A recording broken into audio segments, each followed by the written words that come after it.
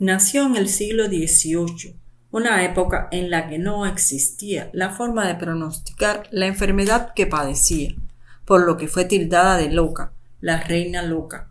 Fue la esposa de Luis I de España, cuyo reinado apenas superó los 200 días, convirtiéndose así en el rey más efímero de la historia de España, una de las mujeres más complejas y con una de las vidas más trágicas de las que habitaron el Palacio Real de Madrid.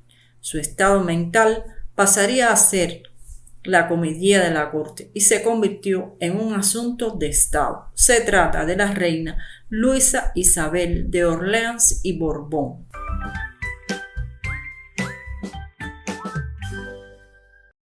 La reina Luisa Isabel nació en Versalles el 9 de diciembre de 1709 y fue la cuarta hija de Felipe II de Orleans, regente de Francia, y de Francisca María de Borbón, hija ilegítima de Luis XIV. Su nacimiento no fue en absoluto celebrado, pues sus padres esperaban que tras la llegada de otras niñas el nuevo vástago fuera un niño.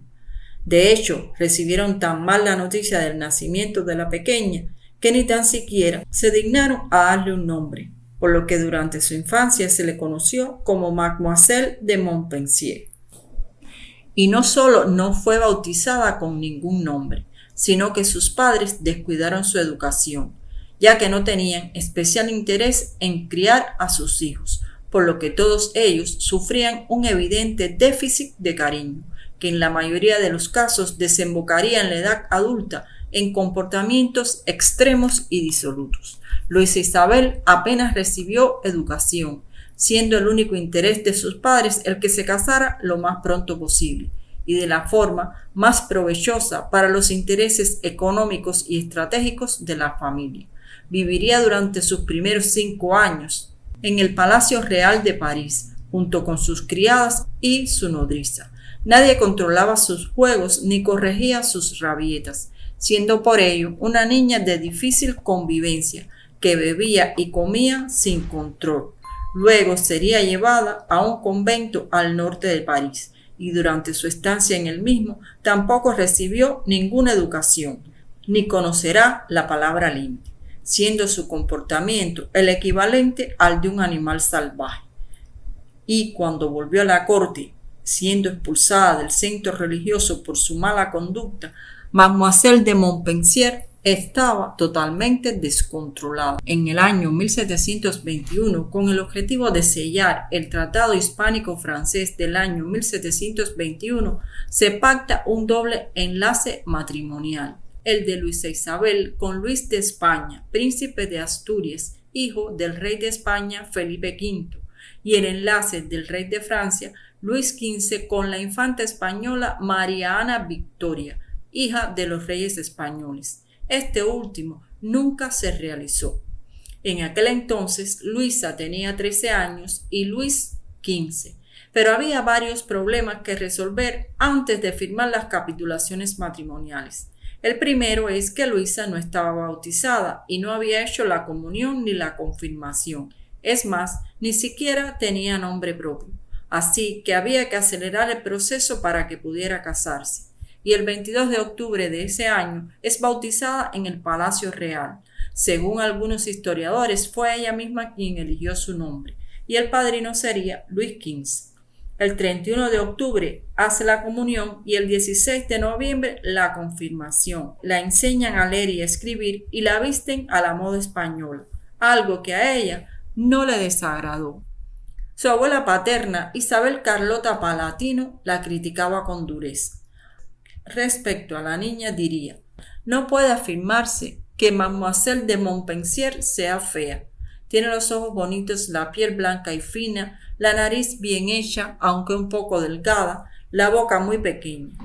Sin embargo, a pesar de todo esto, es la persona más desagradable que he visto en mi vida. En todas sus acciones, ya hable, coma o beba, impacienta, por lo que ni yo ni ella hemos vertido lágrimas cuando nos hemos dicho adiós, refiriéndose a la partida de Luisa hacia España.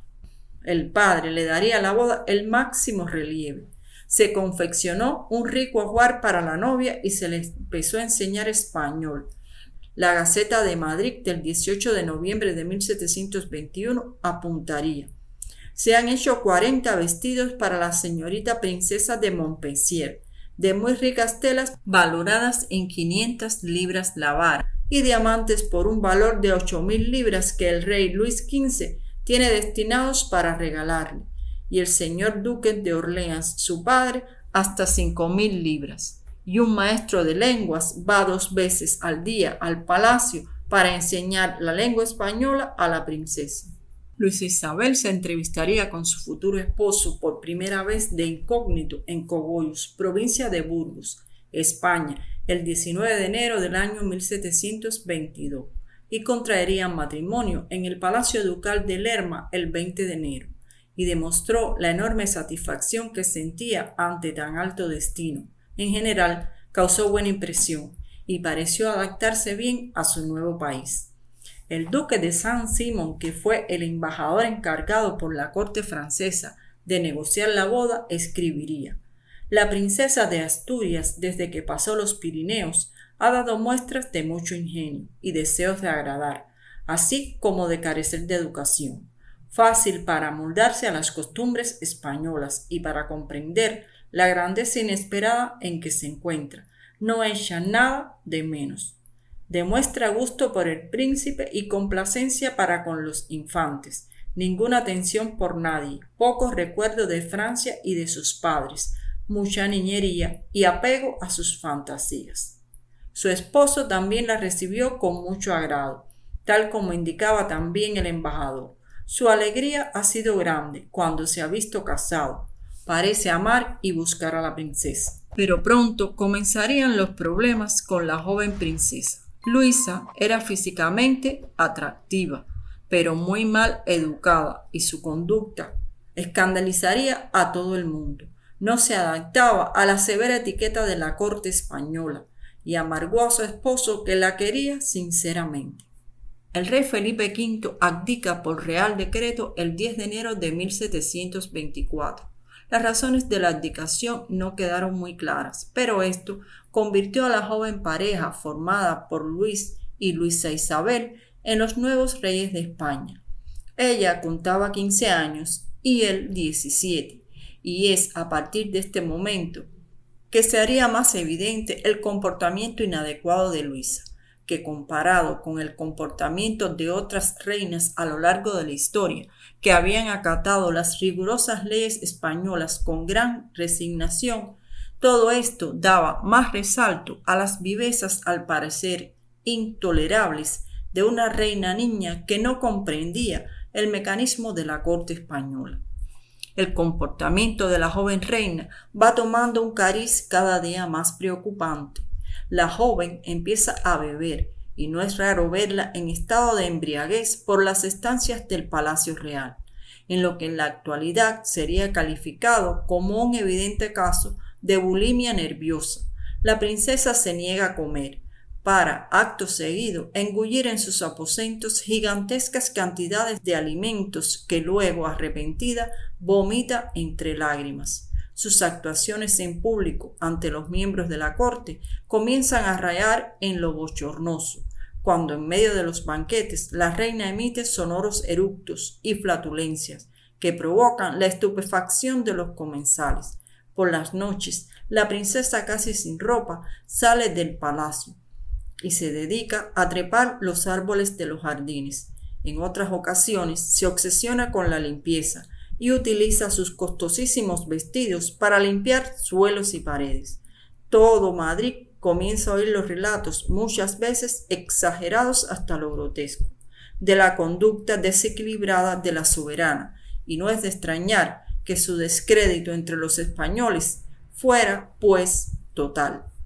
Y el rey Luis acabó por perder la paciencia ante las locuras de su esposa, y en una de sus muchas cartas a los reyes Felipe V e Isabel de Farnesio, el joven se mostró desolado y les contaba que había encontrado a la reina embriagada, que había ido a la misa en bata y que, ligera de ropas, había limpiado los azulejos desde una gran galería de cristales de palacio, desde donde la veían de todas partes, y que no encontraba mejor solución que encerrarla. Al fin, la recluye en el viejo alcázar de los Austria, bajo la vigilancia de la camarera mayor, la condesa de Altamira, despachando a todo su séquito francés. Pero a pesar de todo, el rey quería a su esposa y temía aumentar el escándalo por el castigo, por lo que la perdonó muy pronto. Solo la tuvo 16 días encerrada. Pero las excentricidades de la reina no acabaron y las relaciones con su esposo siguieron siendo extremadamente difíciles. Aunque los nuevos reyes se dedicaron con interés a su nuevo oficio de reinar, no eran ellos quienes llevaban las riendas del gobierno, pues seguían bajo la tutela de Felipe V e Isabel de Farnesio. Y el reinado de la joven pareja acabó tan inesperadamente como había comenzado. El rey Luis enfermó de viruela el 15 de agosto de 1724. La reina Luisa Isabel, que tantas muestras había dado de frivolidad y extravagancia, mantuvo durante la enfermedad de su esposo un supremo ejemplo de generosidad y abnegación, cuidando personalmente de su marido con total entrega, hasta el punto de contagiarse y caer enferma de viruela también. 2 semanas después del comienzo de su enfermedad y ante el agravamiento de su salud, el rey Luis I firmó un acta por la cual devolvía a su padre todo lo que había recibido de él y otorgaba un poder a su favor para hacer testamento y le recomendaba muy particularmente a la reina su esposa. Y el 31 de agosto de 1724 falleció en Madrid con 17 años. Su reinado ha sido el más efímero de la historia de la monarquía española. El reinado relámpago de la pareja había durado 8 meses y no habían tenido hijos. Para la joven viuda comenzó entonces una larga etapa de tristeza y soledad. Luisa Isabel, por imperativos del luto riguroso, vivía apartado en la corte española y posteriormente, pasado un tiempo, fue devuelta a Francia el 15 de marzo de 1725 para no volver nunca más. No fue bien recibida en la corte francesa y residió un tiempo en el castillo de Vincennes y después se trasladó a París, donde vivió relegada, enferma y empobrecida, reclamando el pago de la pensión que le correspondía como reina viuda de España y solicitando la ayuda de la familia real española, la cual nunca llegó. Sobrevivió en estado lamentable unos cuantos años hasta su muerte en el año 1742, ocurrida en el Palacio de Luxemburgo. Todavía no había cumplido 32 años y seguía manteniendo el título de reina de España. Fue enterrada provisionalmente en la iglesia de San Sulpicio de París, en la parte menos accesible de la iglesia, en una cripta húmeda y oscura. Su tumba se identifica como Cueva de España 1742. Se suponía que luego sería trasladada al monasterio del Escorial. Sin embargo, todavía allí siguen los restos de la reina española. Según los estudiosos de la actualidad, a Luisa Isabel de Orleans le hubieran diagnosticado trastorno límite de la personalidad y también bulimia. Este trastorno se caracteriza por inestabilidad emocional, impulsividad y relaciones interpersonales caóticas, una inestabilidad acusada y generalizada del estado de ánimo, de la autoimagen y de la conducta, así como del sentido de identidad que puede llevar a periodos de disociación, pero el concepto formal de este trastorno es relativamente nuevo en el campo de la psicopatología y no aparecería en el Manual Diagnóstico y Estadístico de los Trastornos Mentales publicado por la Asociación Estadounidense de Psiquiatría hasta el año 1980. Por tanto, tan solo tenemos descripciones anecdóticas sobre el comportamiento de esta reina. Una reina que fue juzgada con dureza por sus contemporáneos, ignorada y olvidada por la historia y los historiadores, que se han limitado a divulgar su comportamiento inadecuado sin detenerse a estudiar las razones que motivaron este comportamiento. Y así hemos llegado al final. Me gustaría saber qué piensan acerca de esta joven. Leo sus comentarios y si les ha gustado esta historia, regálenme su like. Si está de paso por el canal y le ha gustado nuestro contenido, lo invito a que se suscriba y active las notificaciones para conocer de nuevas entregas de nuestro canal. Los esperamos en nuevos videos para juntos seguir aprendiendo historia. ¡Chao!